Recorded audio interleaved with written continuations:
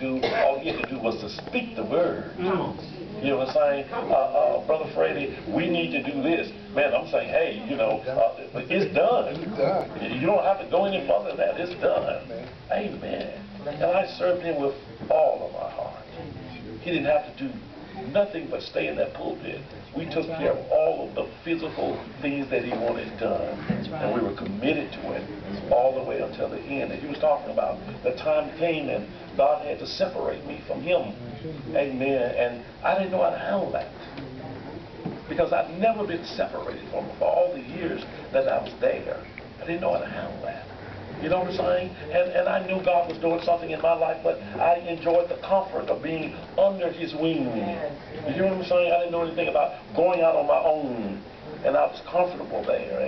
And when it was time for me to go, I know that God needed to do something else in my life. And when I left, and God didn't ask me whether I was going or not. Amen. He said, brother, you go. Not going, you go. You go. And he brought me to Savannah. And he brought me to Savannah. I didn't like y'all in Savannah. I said, God, why you going to take me to this unforgotten city called Savannah, Georgia? Yeah. I ain't like Savannah at all. But God had already knew the plan was already in place for my life.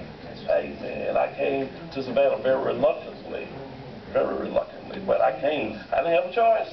Amen. I didn't have a choice. I mean, he had already prepared the whale, the big fish. Amen. The fish was already prepared, so I had to go. That's right. And this is where he brought me, and it's in this unforsaken city.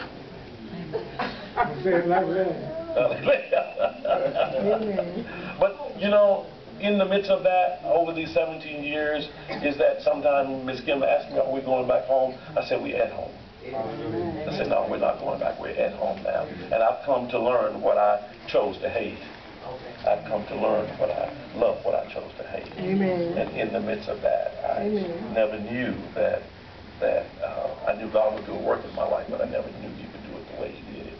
And I remember going back to Vicksburg after being here in Savannah, and I was sitting out in the audience, and I just cried. It's like a child that didn't want to leave his father. I just cried out in the congregation because I didn't want to go. I didn't want to be severed away from where God has put me, but I knew I had to go on. And I had to build again what he had built in me. But when I left, he left in me. He left in me. Because I became him.